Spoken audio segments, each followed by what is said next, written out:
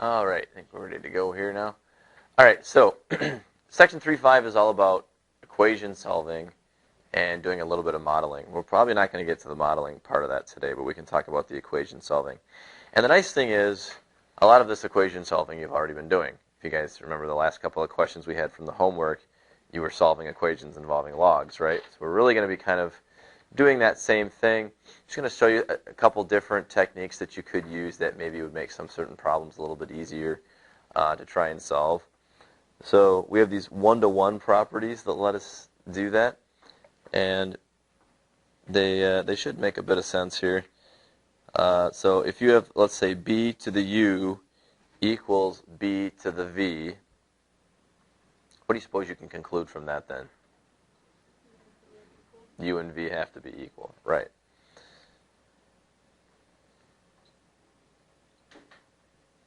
So that's one of them. That's involving exponentials. Okay, so if you can get an exponential problem down to that, where both sides have the same base, then you can just say, oh, the exponential or the exponents are both the same. Similarly, if you have two logs that have the same base that are equal to each other, then it's essentially the same conclusion, right? Log base b of u equals log base b of v. So then the u and the v would have to be the same thing to make those two things equal. All right, so we're going to try this, see if we can solve some equations by hand doing this. So I'll start with an exponential example here.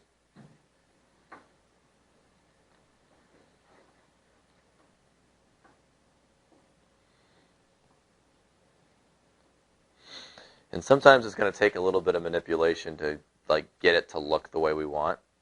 Because right now, this looks nothing like this. And except for the fact that, oh, there's an x in the exponent up there, so it is exponential, so I can, recognize that. But beyond that, not much we can do. So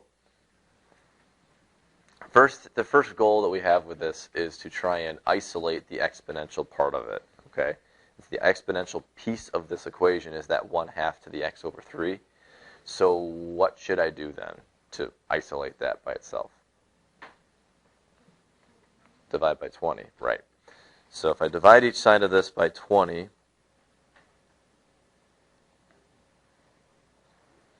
five over 20 is 1/4. Okay, so now I'm a little closer. But I want to take this 1/4 now and write it in such a way that it is a base of 1/2. So 1/2 to what power gives you 1/4? 2, right? So this could be then 1/2 to the x over 3 equals 1/2 squared. And now it's like that one-to-one property we talked about. 1/2 to the x over 3 equals 1/2 squared. So we can go ahead and lose the bases. We know that this exponent needs to equal this exponent. So x over 3 equals 2. So what's the solution to that equation then? 6, right. Okay. Now, did I need to use that one-to-one property to solve that thing? No. And in fact, you kind of sort of did a logarithm in your head to set that thing up. So I'm going to show you an alternate way to solve it, just using logs like we've been doing, but you're going to see it's pretty much the same thing. You're just writing out log and all of that instead of just doing the log part in your head. So the first step is still the same. You still want to isolate the exponential piece of it. So I'm going to just copy down the same thing we did to start the last one. So 1/2 to the x over 3 equals 1/4. And probably in the past, this would be where you would then take this thing and turn it into a log equation, right? So it's log base 1/2 of 1/4 equals x over 3. Now, when you do a logarithm, like I've got a log right here, and if I could punch this in my calculator and get an answer, okay, and the answer is 2. But to do a log in your head, you really are asking yourself this question. What number do I need to raise this base to equal this thing? And didn't we do that before? I asked you 1/2 to what power is 1/4? 2, right?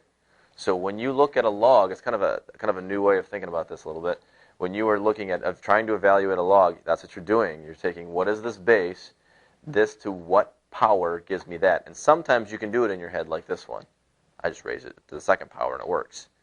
Sometimes, the log comes out to some weird decimal or something and you can't do it in your head. But a lot of the time you can. So if you do that, okay, so that log needs to equal 2. So 2 equals x over 3. So x is equal to 6. Okay? For some people, just the visual of seeing 1/2 to this power equals 1/2 to this power and then reasoning it out, like this is much easier for them to digest. You don't have to write the word log. All right? You don't have to think about how do I compute a log again. Oh yeah, I got to do this to what power is that? Okay, or whatever. So it's just a different way to write it that might make it a little bit easier for some people. So I thought it was worth looking at. Let's do another one. This one will be with a log to start with, and see if we can use one of these one-to-one properties to do kind of the same thing.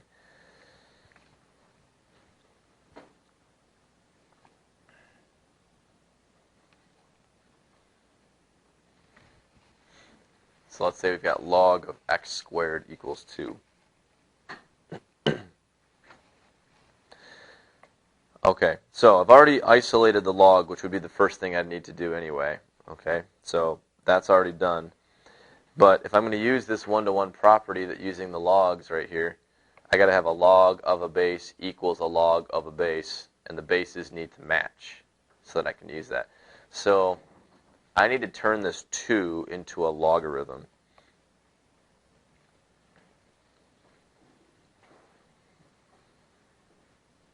So 2, if I have to keep this as a log base 10, because that's what this one is, 2 is log base 10 of what?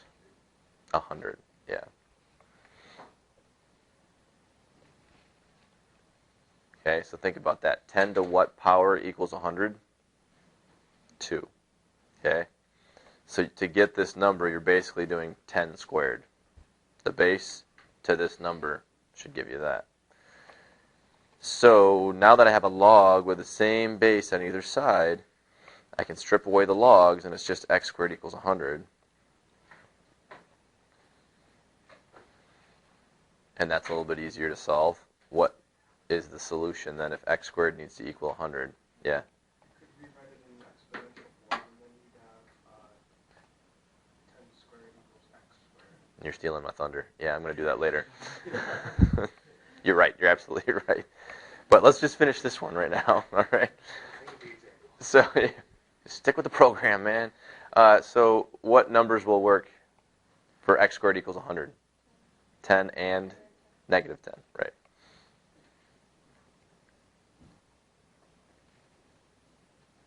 Okay, so yes, do I have to use the one-to-one property to do this? No, I could just do what I've done in the past if that seems easier.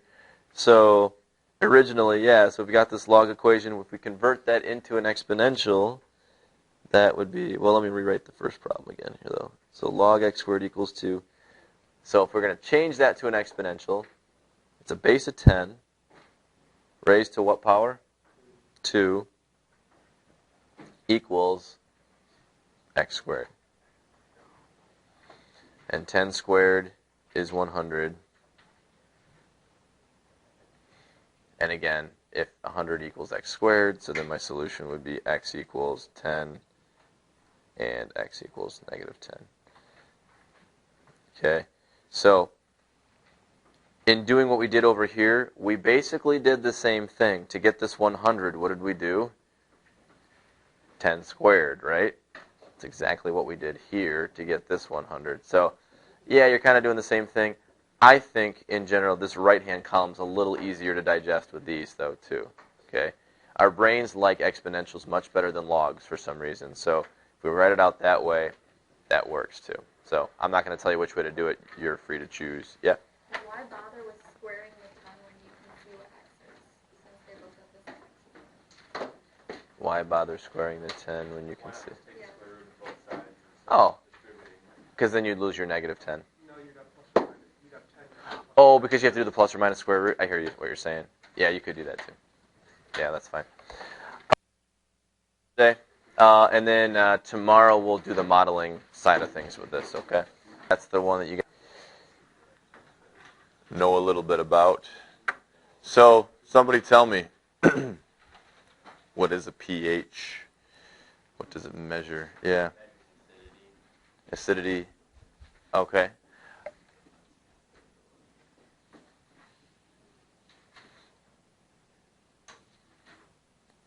And then kind of on the bottom end of that acidity scale, though, it's called a what? The low, if it's, yeah, the basicity. Did I say that right? Basically, it measures if something's an acid or a base. So there's the acidity of something, so how acidic is it? And there's the basicity of something, so how basic is it? Basicity. I'm pretty sure that's a word. You can check me if I'm wrong. I don't know. Anyway, so, no. So, what is the scale then for a pH? From what to what does it go? 0 to 14?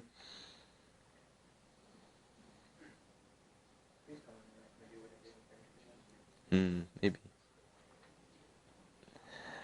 Okay, and what side of the scale is acids and what side of the scale is bases? So are like low pHs, those are what?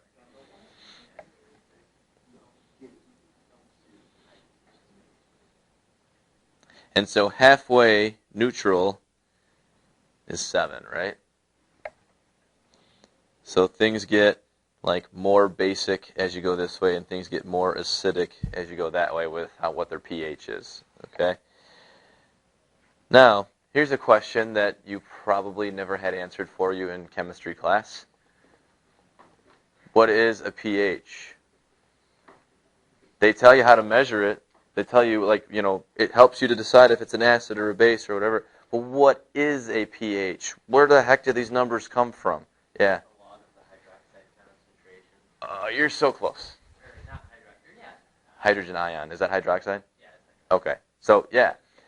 And even then you're almost right. pH, it's the negative log of the hydrogen ion concentration. That's the definition of pH. So, how concentrated is this substance, whatever it is that you have, how concentrated is it with these little hydrogen ions in there? Okay? When you use the brackets like that in chemistry, that means concentration. Okay? And the little H plus is the hydrogen ion. So what is the hydrogen ion concentration? And then it is the negative log of whatever that is. Okay? And the answer to that puts you down into a pH. So if your hydrogen ion concentration is very large, you're either very acidic or very basic. We're going to investigate that in a second here. And if the hydrogen ion concentration is very small, then that pushes you to one end of the scale as well. Okay? So let's do a little comparison here. So what are some ones we've got?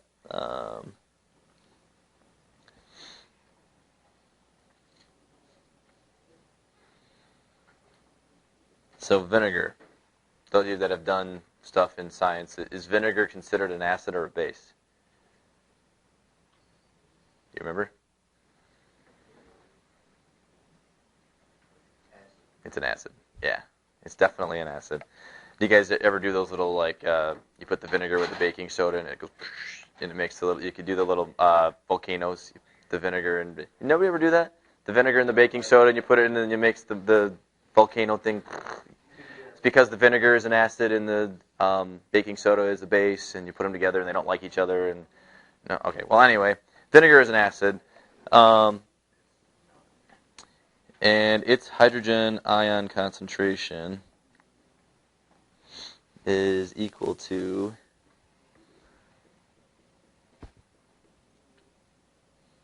3.98 times 10 to the negative third. And the unit for this is in moles per liter. Remember moles? Anybody? Anybody take AP chemistry? Maybe? Seen it? Okay. All right. A mole is just a very, very large number. I don't remember exactly what it is, but it's just like just this huge number because there's so many of them. But anyway, so 3.98 times 10 to the negative third, that's for vinegar. Baking soda, vinegar's rival with the volcano stuff, its hydrogen ion concentration is 3.98 times 10 to the negative ninth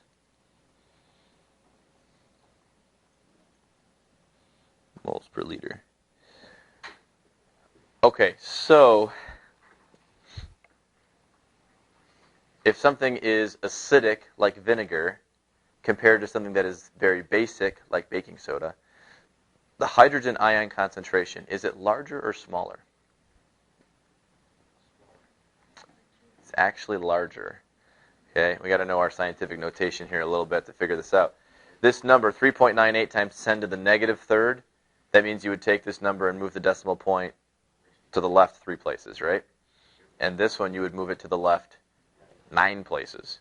So this is a smaller number than this one, right? Because the exponent technically is smaller, right? Negative 9 is smaller than negative 3.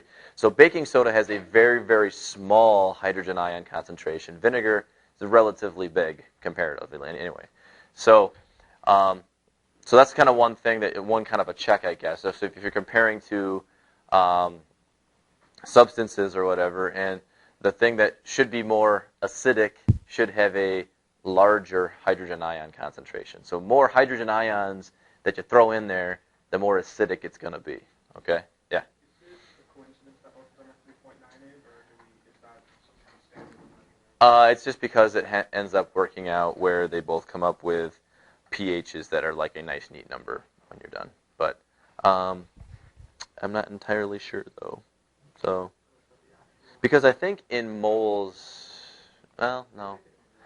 Yeah, I'm not entirely sure. I'm sure there is, but I don't know my science well enough to tell you why. In any event, let's see what the pH of each one of these is then, though. So the vinegar, we expect it to be somewhere between 0 and 7, right, because it's acidic. So negative log of 3.98 times 10 to the negative third. 2.4, is that what we got? Okay. And then, so this is for the vinegar. And then the baking soda, we would expect the pH to be something between 7 and 14.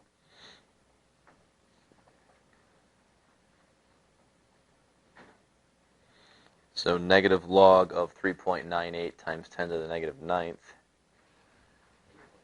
So 8.4.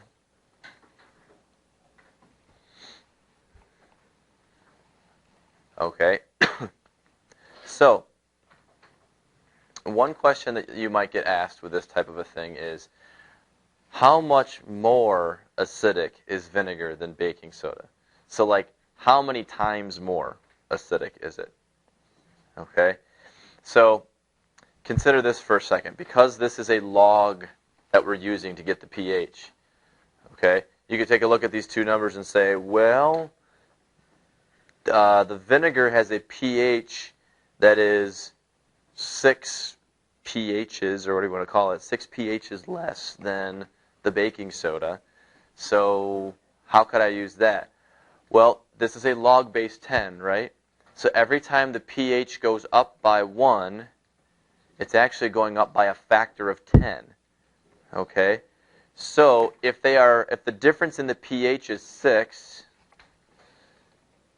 let's jot that down. So difference in pH 8.4 minus 2.4, so that's 6.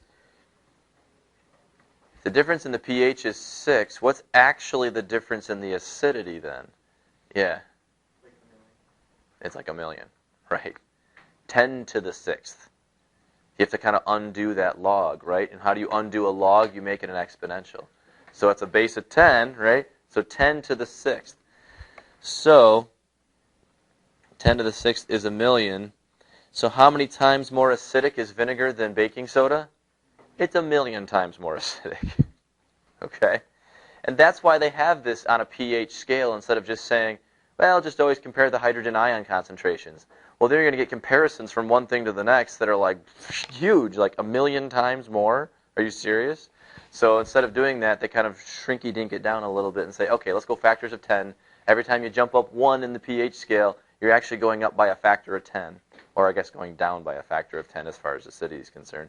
But in any event, this is how you can figure that out, though, to make a direct comparison of the acidity of one versus the other. So we can say that vinegar is a million times more acidic.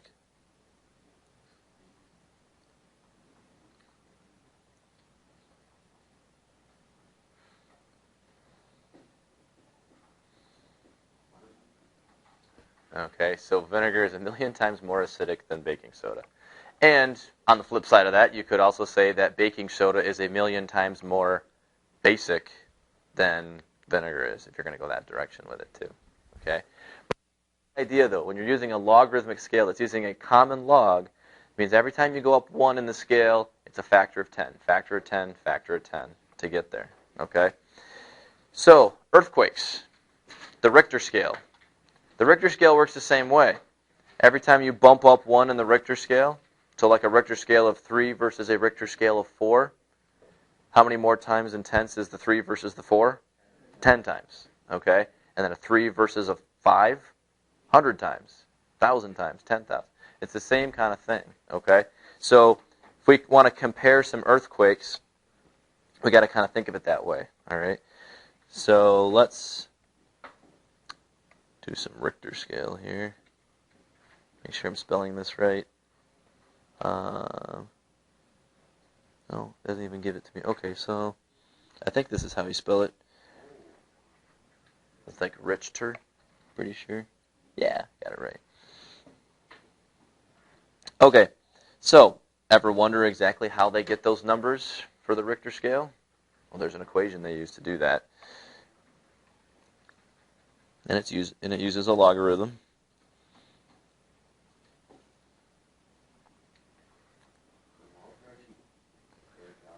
Mm-hmm. Yep. Anytime you want to compare, like these common logs, they call them common logs because they're commonly used. But anytime you want to compare something that like could vary a ton, kind of like the pH thing, because like a million times more, there's huge differences.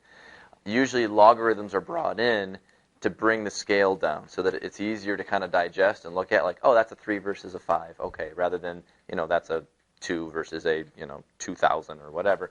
So the Richter scale, they do the same thing because earthquakes can vary wildly from one to the next. And so putting it on a scale that uses a log brings it down to just, 1 through 7 or whatever it is.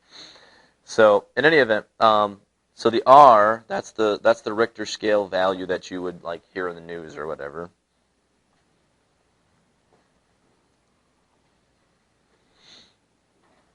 The A is, I believe, the amplitude. Yep, amplitude of the wave created by the earthquake.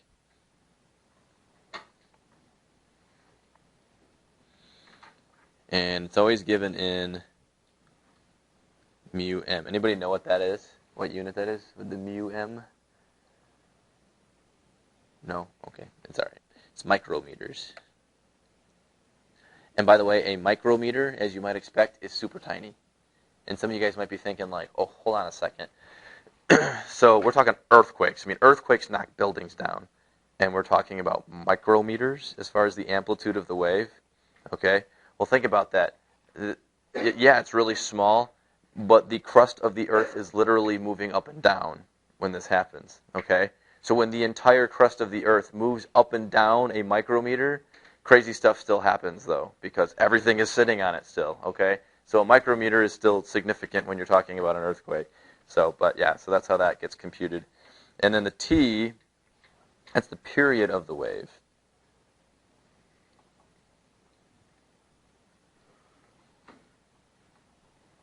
Okay, and so the period of the wave would be like, how far does it go out? So like from the epicenter of wherever the earthquake is, so how far does it go before it repeats itself again? So it's kind of like the crust of the Earth does this kind of like wave thing out from the epicenter of the earthquake, and the amplitude is like how high up it goes. So it's this micrometer, tiny little bit, and it just goes way out from the center of wherever that happens, and it just keeps moving the crust up and down as it continues out. So if we know the period, we know the amplitude, and then there's this B, and what happens is as these waves go out, they don't just continue forever, right? Because then if there was an earthquake in San Francisco, we'd feel it in Hopkins, and that's not the case. It's as it goes out from the epicenter, what happens to that wave? It dissipates, right? And so this B that gets added onto the end is just a number that accounts for how much it dissipates as it goes out, okay? So, and I don't know if they really give a unit for that. No. So are we taking the log of that whole thing, or is it the log? Nope. Just the log of this, and then plus B.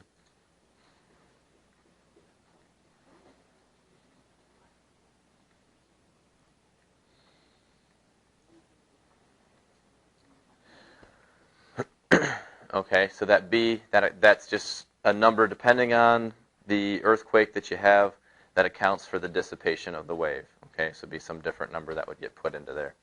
So what we're going to do is we're going to compare a couple of earthquakes, use the log definition to take a look at what their Richter scale values would be, and then kind of compare the two. So, all right, so let's do that.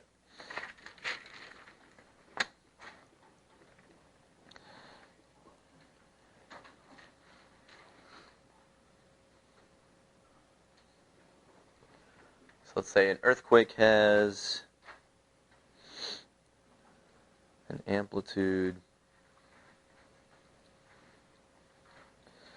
of 5 micrometers. Let's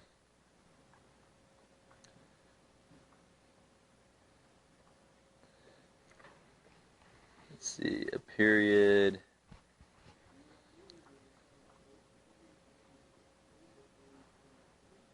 30 and B equals 0.3. Okay, so then another earthquake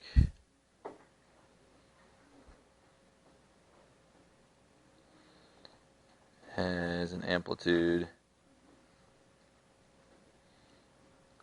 of 7 micrometers.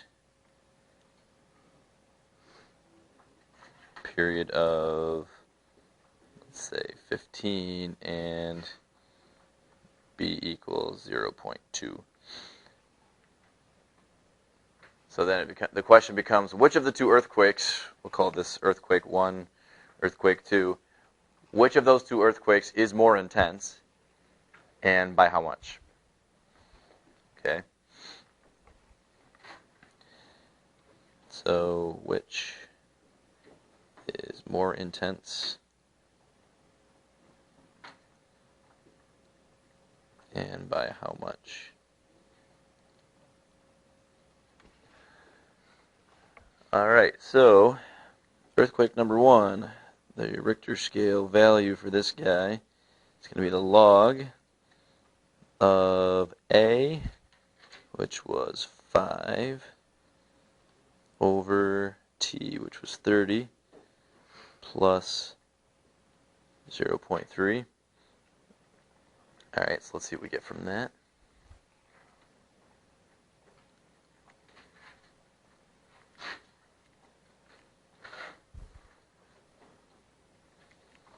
Oops, okay.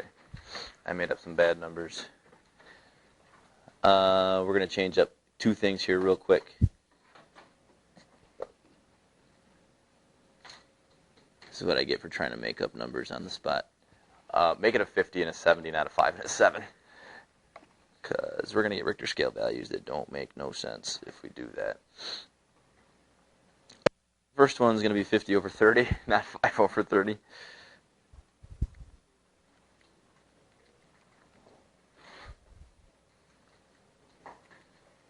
All right, we got 0.52.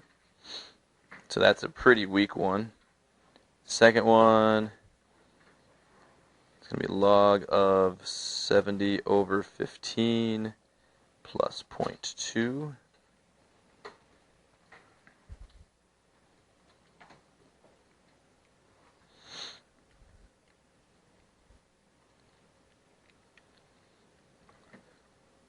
So that comes out to about 0.87.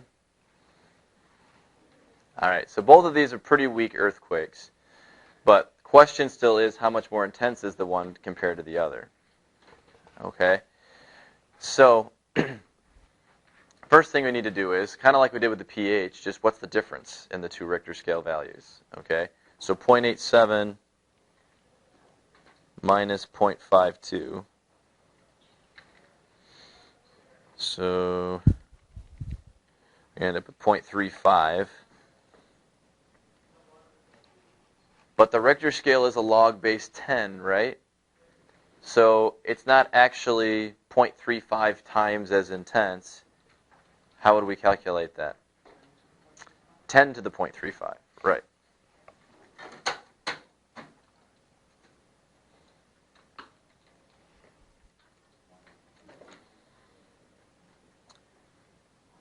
So apparently, number 2 is about 2.24 times as intense as earthquake number 1. Okay?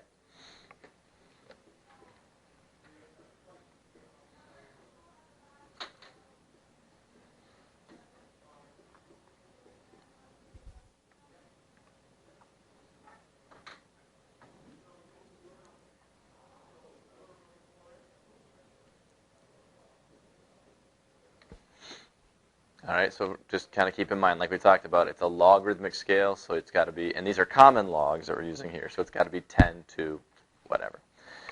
Okay. Let's take a look at here is, let's do a little work in the kitchen. We're going to talk about putting something in the oven. Actually, this applies to, you could put something in the refrigerator. It's called Newton's law of cooling.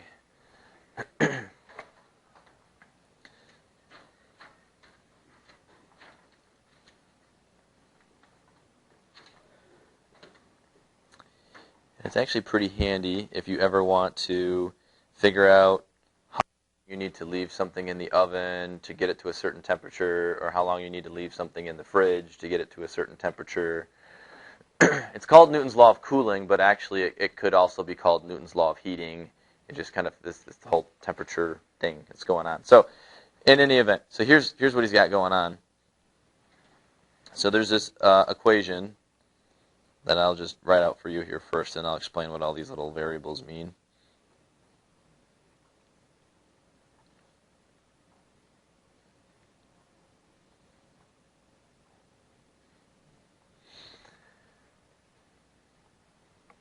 Okay, so the big T here, that is the temperature after a certain amount of time.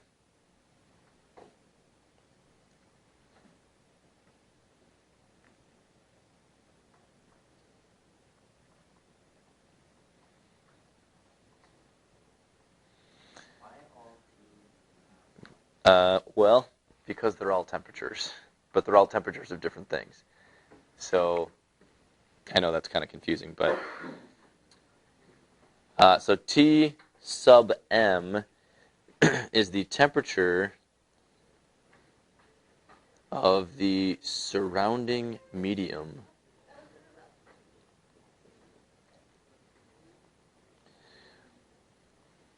Okay, so key word in that phrase, surrounding. So if I have like a pie and I'm putting it in the oven, What is the surrounding medium? The temperature, yeah, whatever. The temperature of the oven. 350, I'm putting it in, yeah, right.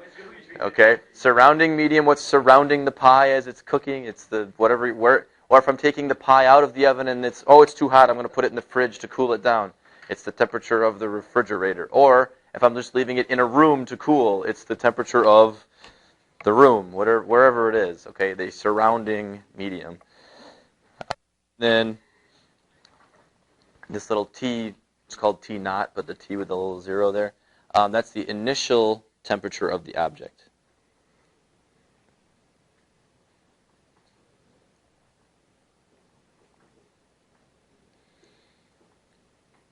And like you've seen before, the little lowercase t, that's simply time, however much time has gone by. And the k is some constant that changes depending on where you're at. Yep. It doesn't have, the thing is, it almost kind of seems like a random number, but depending on the situation, k can be a lot of different things.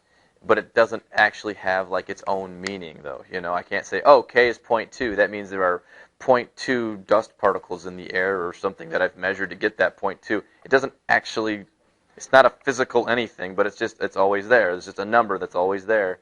So we have to include it. I'll show you. We will do that together. Yeah, I'm sure excited. Okay, so let's try. Okay, we'll show you how we can apply that formula. So let's say I have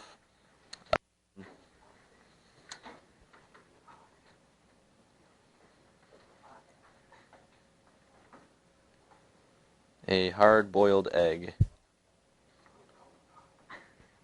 You can call it a pie if you want, I guess, I don't know. That starts at 96 degrees Celsius, is placed in 16 degrees Celsius water to cool.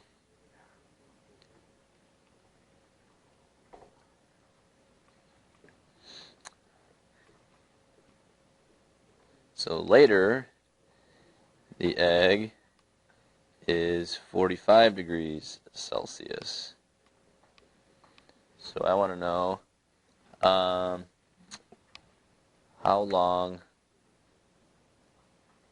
until the egg is 20 degrees Celsius. Let's say 20 degrees Celsius is like that perfect temperature just when you want to eat it. And I want to know, how long do I have to wait for this egg before it's good for me to eat it? So that's what we're going to do. We're going to use Newton's law of cooling to figure out what that time would need to be then. Okay? So, all of the information. Yep, so we'll sit down with our pencil and paper while we're waiting on our egg, and we'll figure it out. No. Once you're really good at this kind of math, you can knock this out way before that egg's ready to go. So, okay. So let's see if we can take the information and like kind of encode it a little bit or decode it. What is what? Okay, so what is the temperature of the surrounding medium? 16. Yeah. And what is the T naught, or is the initial temperature? 96. Yeah. Okay. And then what is the just regular T? What was that? Temperature of the object after a certain amount of time? 45. Okay. So let's see. When I said later, sorry, I needed to give you a time. It took 4 minutes for it to get to 45 degrees. That's important. You need to know how long it took to get to 45 so we can figure out how long it's going to take to get to 20. So, yeah, that was 4 minutes. So little t is 4. So, do you guys see how I have basically everything in that equation except for k now? So by plugging all these numbers in, I can find k. And once I have k, I can do it again to figure out the new time. That's kind of the approach here. So let's try. So 45 equals 16 plus 96 minus 16 e to the negative k times 4. Okay, so 45 equals 16 plus 80 e to the negative 4k. Be careful you don't add the 16 and the 80, right? Because they are not like terms. What do I have to do to solve this next? Subtract the 16, yep, and then divide by 80. So I'm going to do those two steps in once at one time here. So 45 minus 16 gives me 29. 29 divided by 80 gives me 0.3625.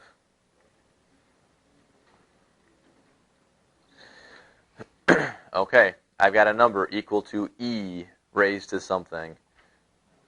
Natural log time, yep. So the natural log of 0.3625 equals negative 4k. And if I natural log that thing, I get negative 1.01473. And then I just divide by negative 4, and that should be my k. So it looks like we're getting a k that is somewhere around we'll take it 3 decimal places here, let's say. So 0.254. Okay. Now, I want to figure out how long it's going to take to get to 20 degrees.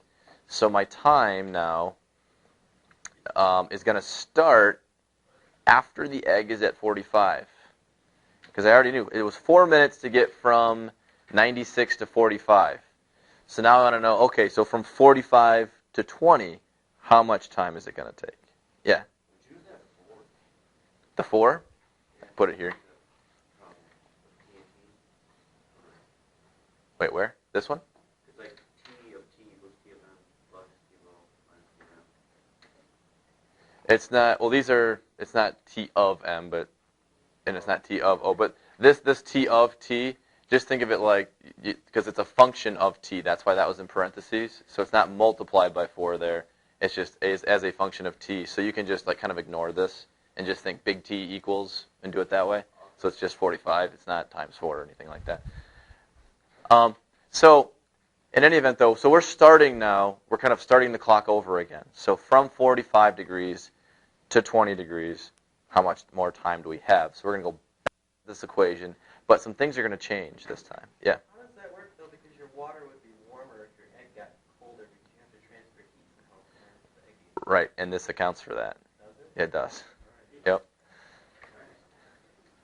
So this new equation then, my T, okay, my new temperature is going to be what? 20. Okay, so I'm going to do the same little list like I did before. So that's going to be 20. The initial temperature of the egg now, 45. And the temperature of the surrounding medium, even though heat has been transferred, this accounts for it, but you still have to leave that as a 16. Okay? And my time, that's what I'm going to try and find now. Okay? So we're going to go back in one more time, plug our numbers in and see what we got. So my final temperature, 20, equals 16 plus initial temperature now is 45 minus 16. E to the negative, oh, yeah, we got that. It's not 4 anymore, right? It's this negative 0.254 T. And it's really kind of the same process. I mean, like, algebraically, it's still the same. You're just, now you're solve it for T, okay? So if I subtract the 16, I got a 4.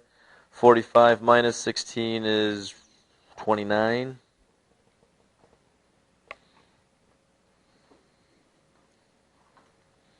So I divide by 29, 0.1379 equals e to the negative 0.254 t. So natural log of that.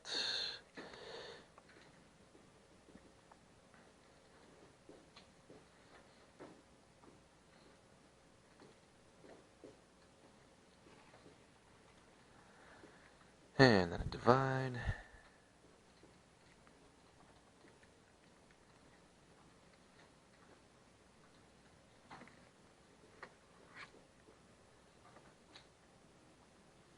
It's about 7.8 minutes. Okay, so now you got to be kind of careful about how the question is worded here. So our original question, how long until the egg is at 20 degrees Celsius? Well, if you wanted to know how much longer it is after it's at 45 degrees, what's your answer? 7.8 minutes. If you wanted to know, like, start to finish, how long did it take to get to 20 degrees? It'd be 7.8 plus 4, right? You had that initial 4 minutes plus the other 7.8, so it's, like 11.8 minutes or whatever. So the way that this thing is worded, how long until the egg is 20 degrees Celsius, that would be the 11.8 then. If it says, like, how much longer, then it would be 7.8. But total time, 11.8 minutes. So did it take us longer than 11.8 minutes to do that problem? We can still enjoy our tasty egg because it didn't take us too long to do our math. Yep. You would have to subtract 10 minutes it took you to do. Yeah, that's If all you you would have to do. well, you have to Subtract peel the the egg. You gotta wait 4 minutes to get this. Oh, you have to. That's true. You'd have to wait 4 minutes to take your data to figure out what the other temperature was. So you have 7.8 minutes to do your math. Maybe we did. I don't know. Anyway, that's all I got. So I'm gonna let you on your homework.